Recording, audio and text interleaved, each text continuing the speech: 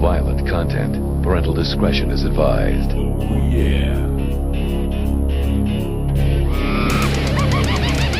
Welcome to the Red Light District Junior Hockey Talk Show and mayhem behind the mic. If you're not following the BS Boyz on juniorhockey.com, YouTube, or the bsboyz.wordpress.com, then you really need to work on your stalking skills. Here they are, with their Fisher Price broadcast diplomas proudly in hand, the BS Boyz.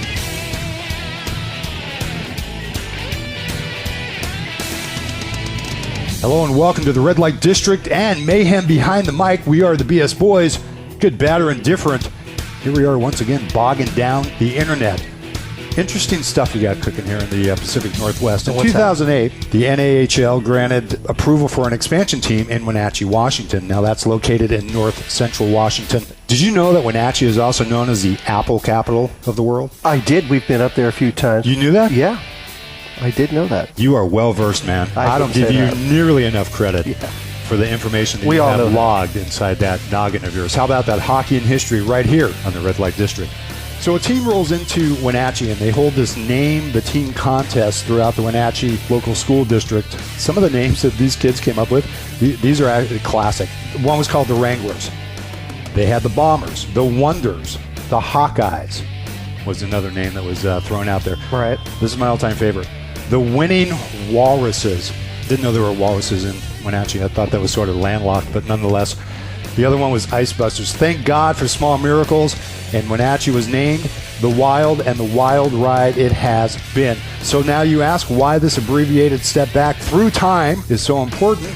Well, because right now we have Bliss Littler on the phone, the new head coach in Wenatchee. But before we get to Bliss, let's run through some background of just exactly who Coach Littler is. Very impressive background. He's been coaching for 19 years. Head coach, GM at the Junior A, Tier 1 and 2 levels. The last 12 years, he was coaching in the USHL with an overall record of 326 wins, 210 losses, and 59 overtime losses.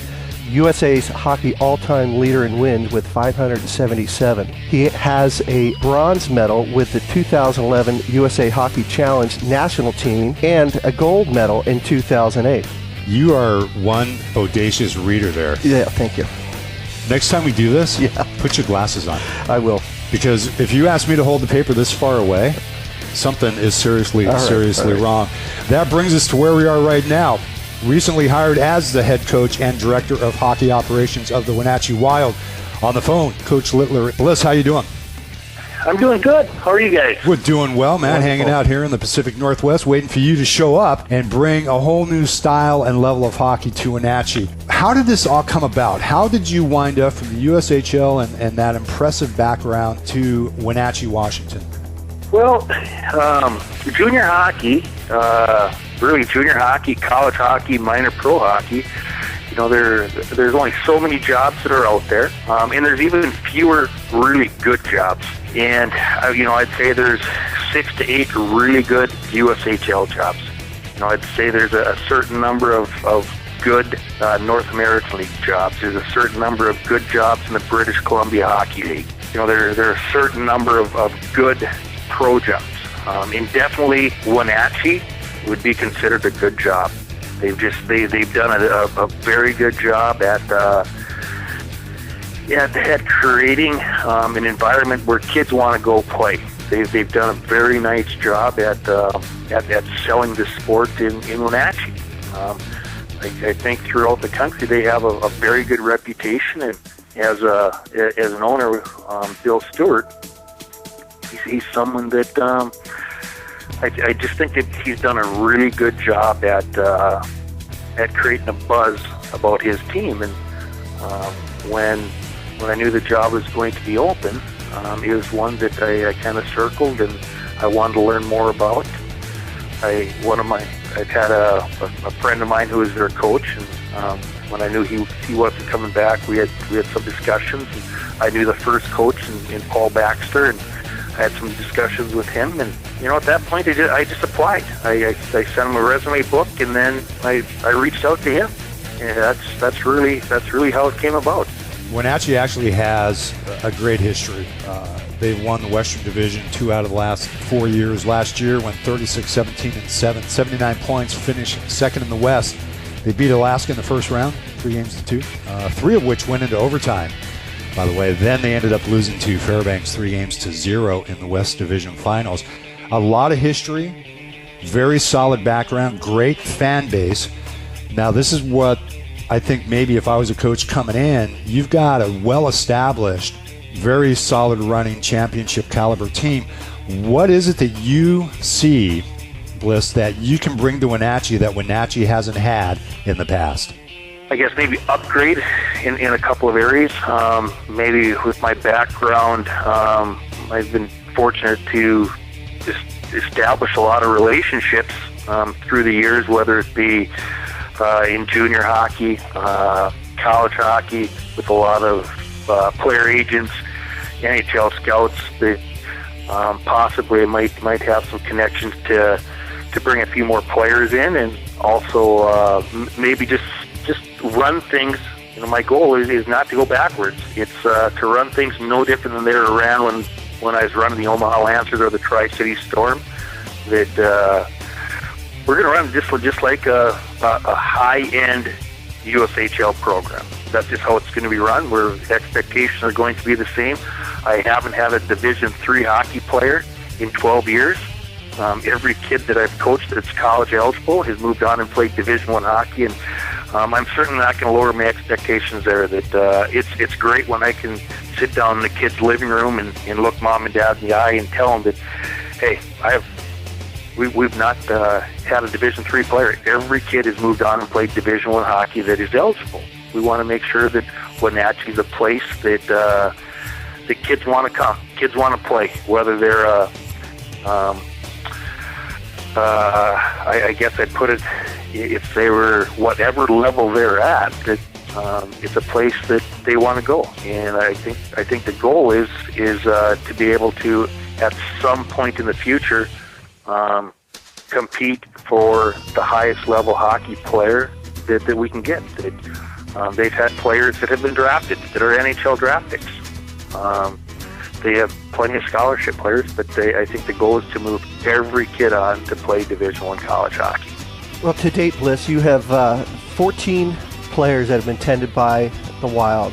And what do you know about some of these kids looking to make the team? And also, you've got the draft coming up in a few days. Are you focusing on any particular area in the draft? Skill level and experience.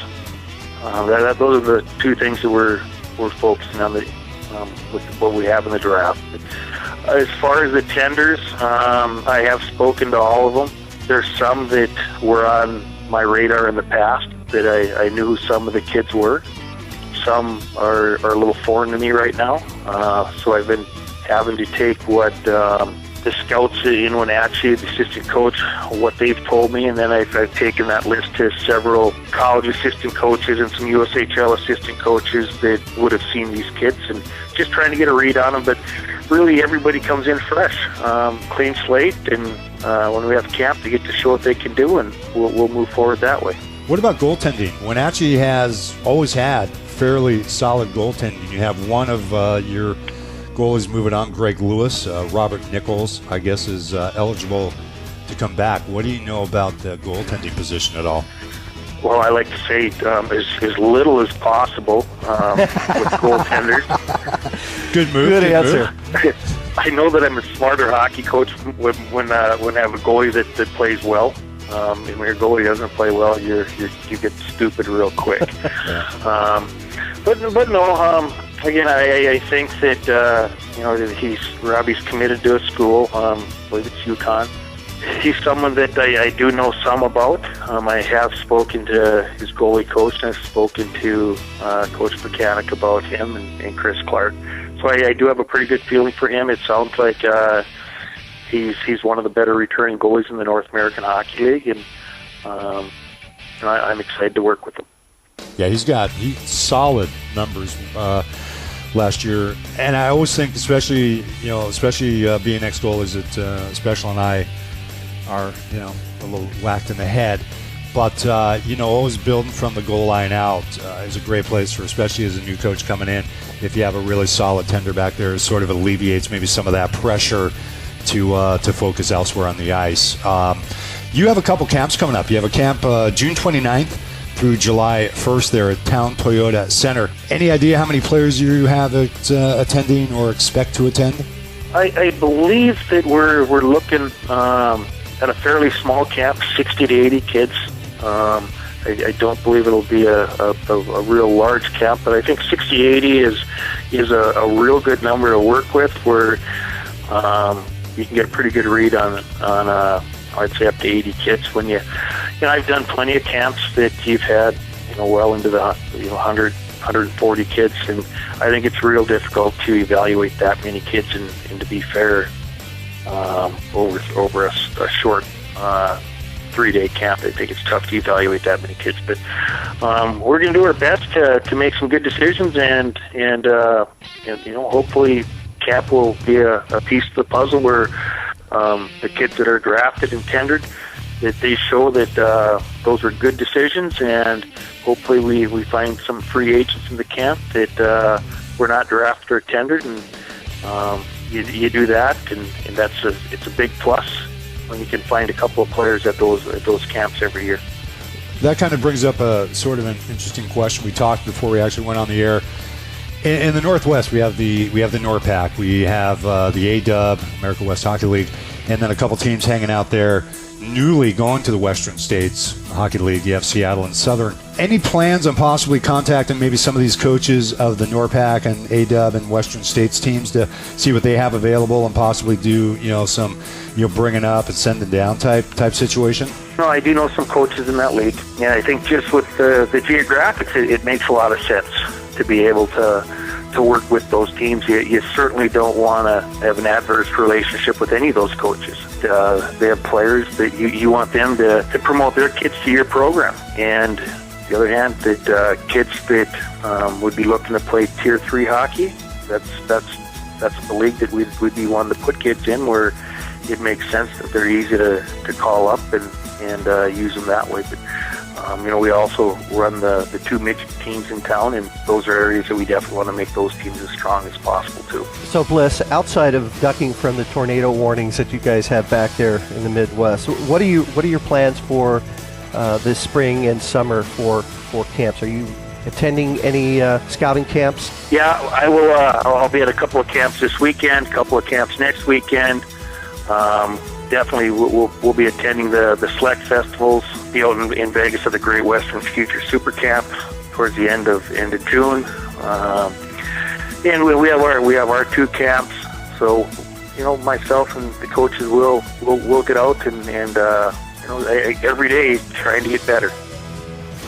We're talking on the phone right now with the newly hired head coach of the Wenatchee Wild, Bliss Littler. If you'd like to get in touch with us, we'd love to hear from you. You can send us an email at bsboyz@live.com. That's boys with a Z. Or give us a call on the line at BS 971-258-2840. 971-258-2840. Bliss, you're back in Omaha right now. When do you plan on making the move out here to the Great Northwest? Well, I have a moving truck coming the 12th of June. Me and my wife are going to fly out on the 14th, and truck will get there the 18th, and get that unloaded, find a place to live, and by the middle of July, I'd like to have whole family out there and get the kids ready for school and set up shop, be ready to go when the players get to town. How do they feel about moving out here to Wenatchee? Do they know anything about this part of the country? My wife is from right outside of Billings, Montana. She went to school over in Missoula, so she's a little familiar with Pacific Northwest. I, in fact, had recruiting trips into that area before. I'd been to Wenatchee once. My kids my little boy is 7 and daughter's 5, so they have no idea. But my boy's happy. He knows they play baseball there and they play hockey, so he's all fired up. Where are you originally from, Bliss? Mine at North Dakota. Okay, so you're used to a lot of snow, Cold. ice. You're gonna love it out here, man. Bit of advice though: when it snows here, don't go out. You don't want to hang out with the drivers here in the Northwest when it's driving in snow. I mean, unless you have a helmet and a 5-point restraint system, it's full on demolition derby, baby. It's nuts. Is there anything else you'd like to finish up with as we wrap this edition up of the Red Light District Bliss?